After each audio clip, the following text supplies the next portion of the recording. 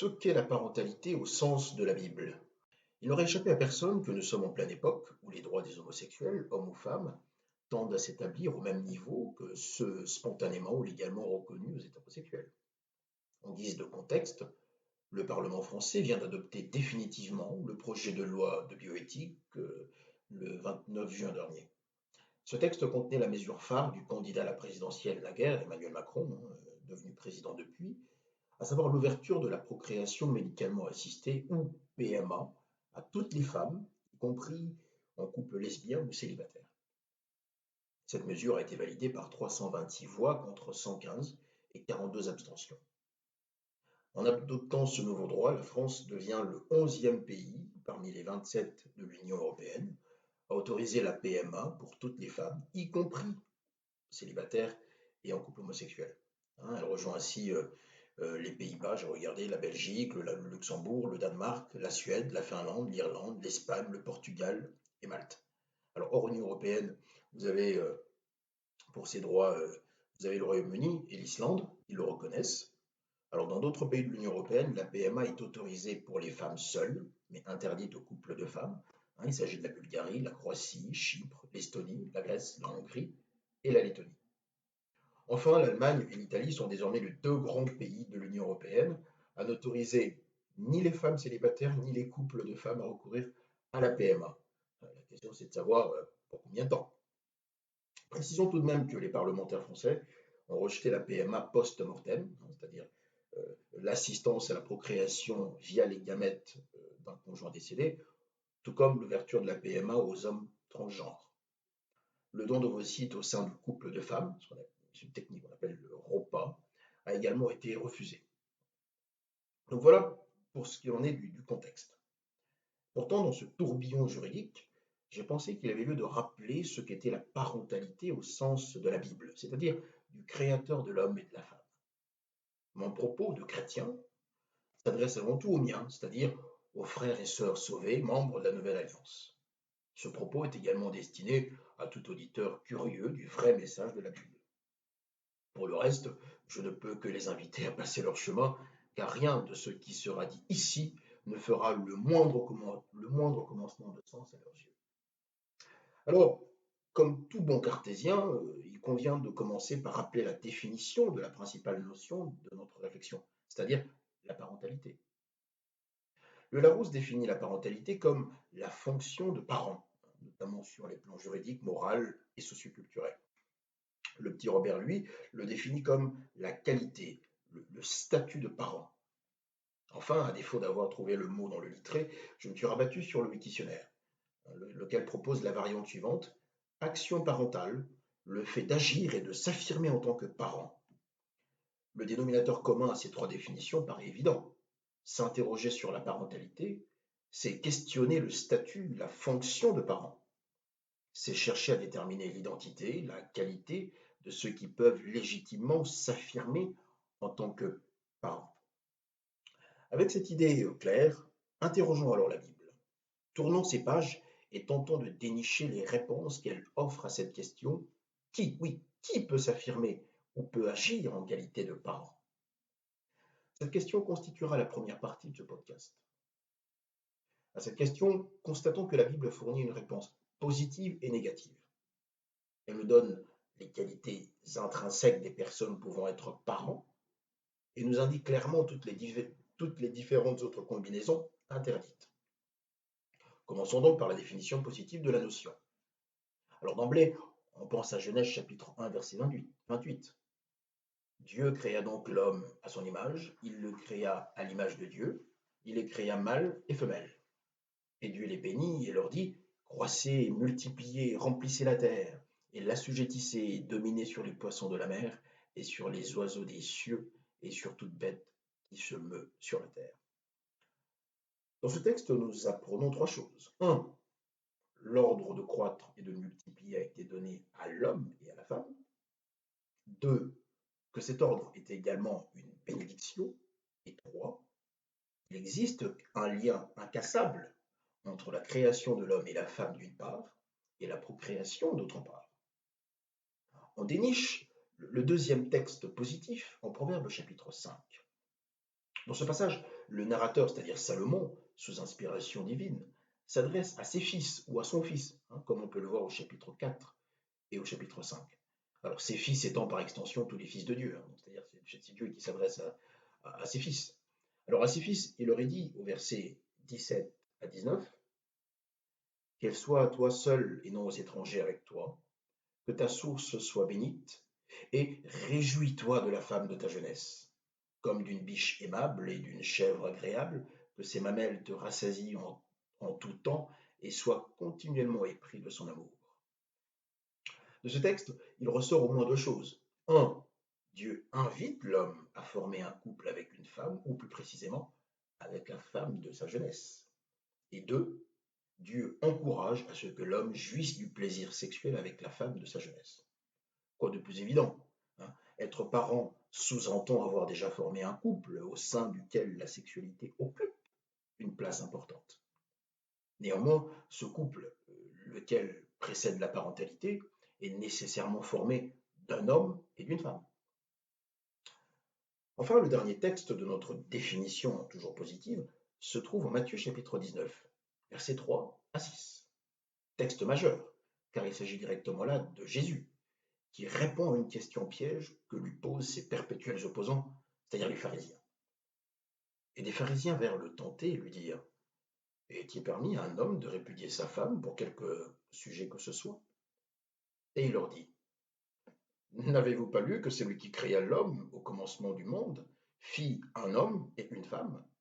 Et qu'il est dit, c'est à cause de cela que l'homme quittera son père et sa mère, et qu'il s'attachera à sa femme, et les deux ne seront qu'une seule chair. Ainsi, ils ne sont plus deux, mais ils sont une seule chair. Que l'homme ne sépare donc pas ce que Dieu a uni. Ce texte constitue avant tout une réaffirmation du premier passage que nous avions lu, c'est-à-dire Genèse chapitre 1, et une réaffirmation de la lecture que nous en avons faite. Cela dit, ce texte réalise également une autre chose. Ici, Jésus fixe l'ordre naturel des choses, un tempo, si j'ose dire. 1. L'homme quitte ses parents pour aller à la rencontre de sa future femme. 2. De cette rencontre naît un attachement naturel. 3. Cet attachement scelle la liaison de l'homme et de la femme via le mariage. 4. Ce lien, cette union entre l'homme et la femme est le fait de Dieu, c'est le sens de l'expression ce que Dieu a uni. Et 5.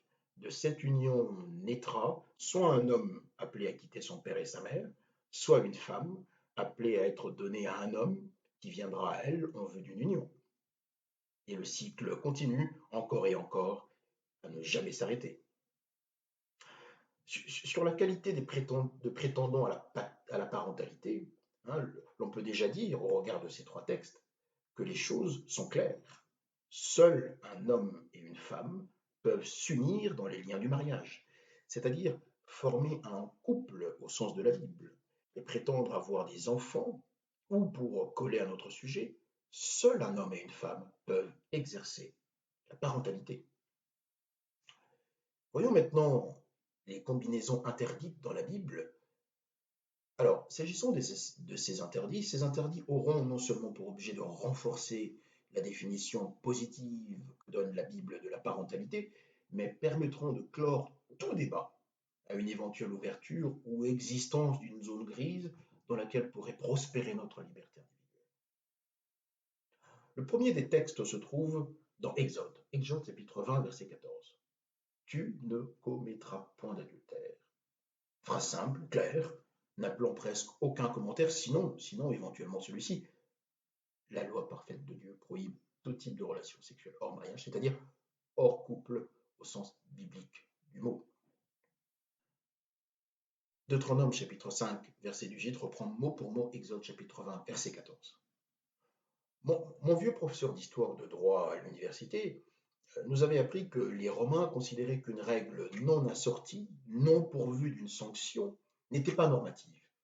En d'autres termes, pour être considérée comme une règle juridique, elle devait nécessairement contenir une contrainte ou une sanction.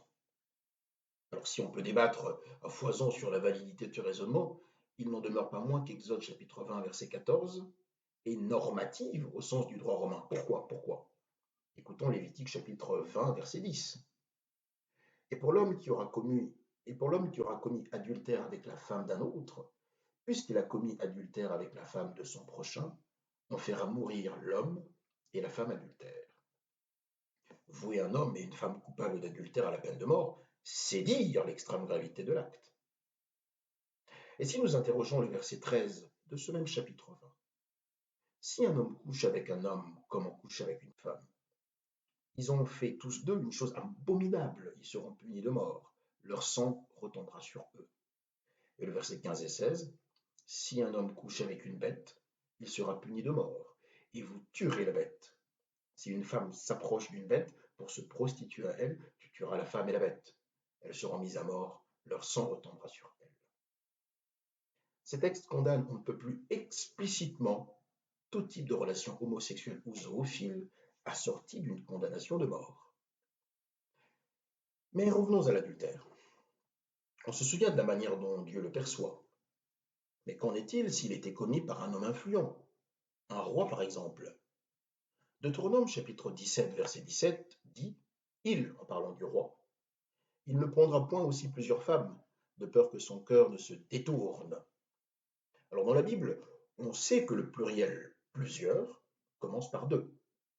Par exemple, lorsque Dieu dit qu'Israël ne devrait pas aller à la suite d'autres dieux ou ne devrait pas adopter plusieurs dieux, il convient de le comprendre comme toute adjonction d'une fausse divinité quelconque au culte de l'unique souverain de l'univers. Le monothéisme est violé dès lors qu'il n'existe plus un seul Dieu adoré, mais deux par exemple. Avoir deux dieux, c'est être polythéiste, ou adorer plusieurs dieux. Bibliquement parlant, avoir deux femmes, c'est avoir plusieurs femmes. C'est vivre une vie adultérine.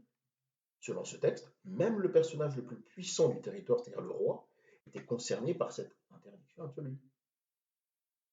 Le Nouveau Testament a assumé la continuité de la loi sous la Nouvelle Alliance dans un certain nombre de domaines, sauf exception, et a donc confirmé la sanctuarisation du mariage ou du couple au sens biblique.